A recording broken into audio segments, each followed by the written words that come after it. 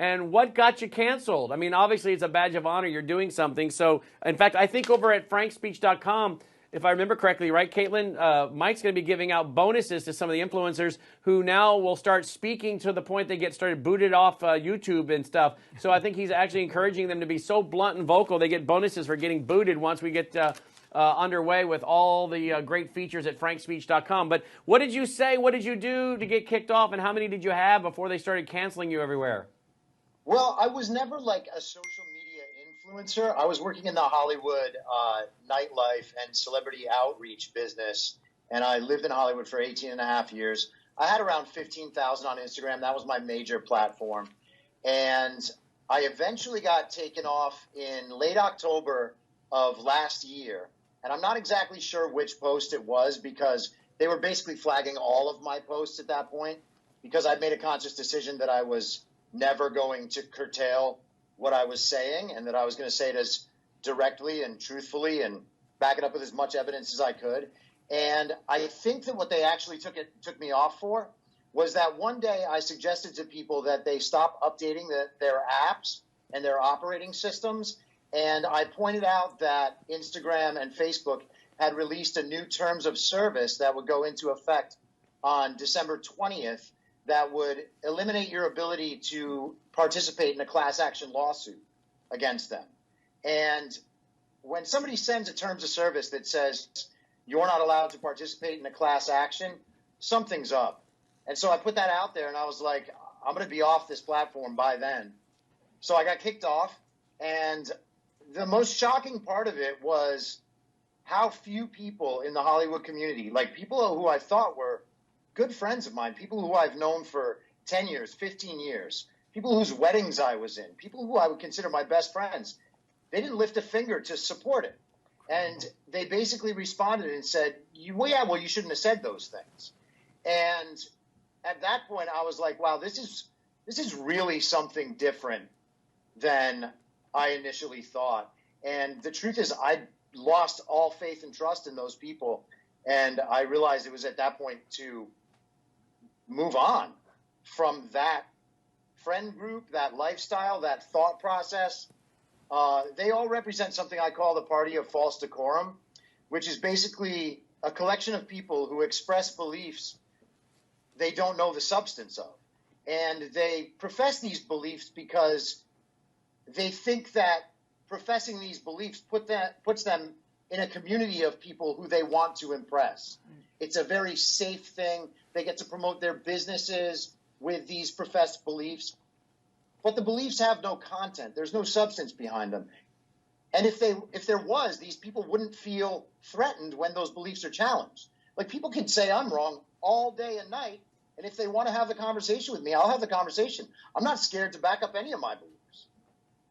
Wow, well, good for you. Now, we had Scott Baio call in here earlier. I mean, he comes out of Hollywood. So Scott called him. I was at the gym. Yeah. Well, Scott Baio called in earlier. But, I mean, it must be pretty hard. I mean, I know a lot. But I'm not going to name names. I don't want to hurt anyone's career. But I'm friends with some people whose relatives are pretty well known in Hollywood. And what some of them have told me is, hey, they're very aware of what you guys are doing. They're very aware of what Mike is doing, what's happening to him. They're very aware of the story and are supportive of guys like General Michael Flynn.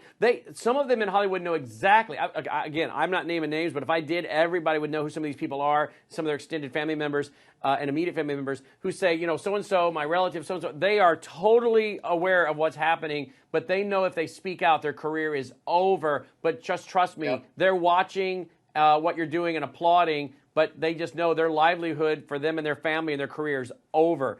That's so common, isn't it? I mean, there's a lot of people sitting out there that agree with us. They just know that the price is really going to be high. Right. And I appreciate that to some extent, but ultimately that comes down to fear. Yeah. And I think that we're past the point in our country where we can give credit to people's fear. I appreciate those people. I don't want them to lose their livelihoods. I know they have families, they have mortgages, they have whatever they have to pay for. Those things are important. They're important to me too. But if fear makes you silent, then they automatically win. A couple people, the people who come out first, they're going to get cut down. That's their program.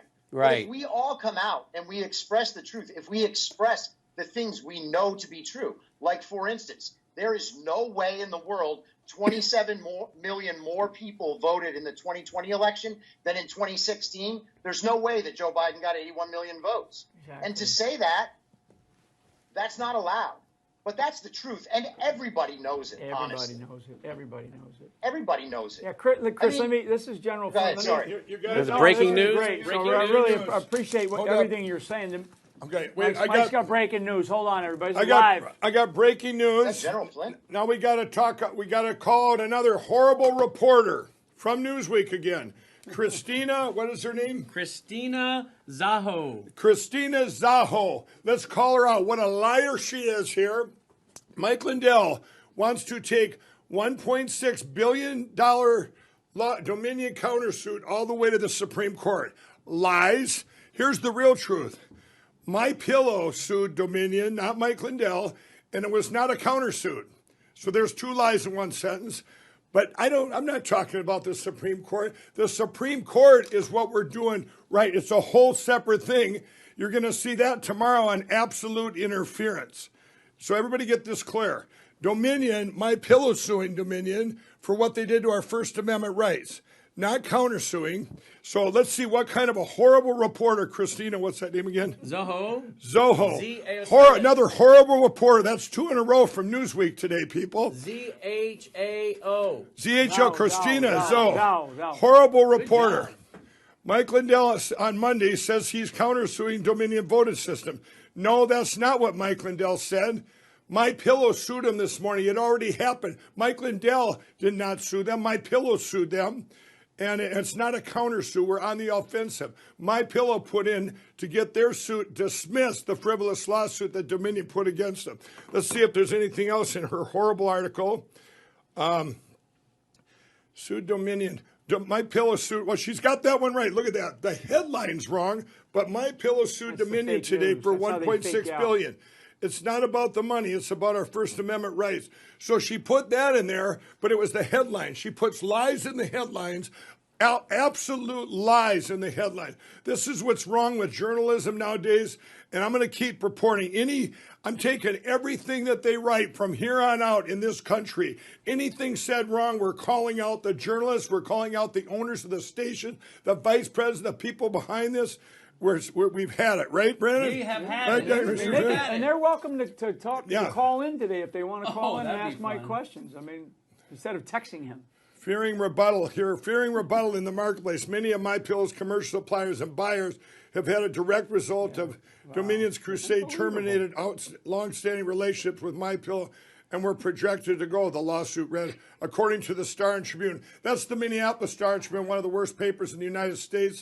I mean, we could keep going. we're watching your but time. I don't want to take so much of your time, but that's it. We're going to call out every newspaper. We're going to call out journalists to be real journalists and stop the lying.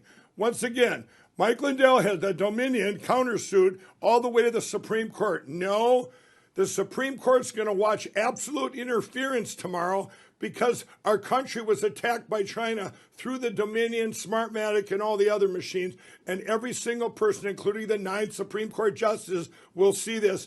That's the case that's going there. My Pillow sued Dominion. So, And by the way, this got published at 4:14 Eastern Standard Time. It's now 3:29 Central Time. So he got up here and started reporting this before this story was even 15 minutes old. right, that's right. You better be careful what you all print out there because we're going to call you out. The American people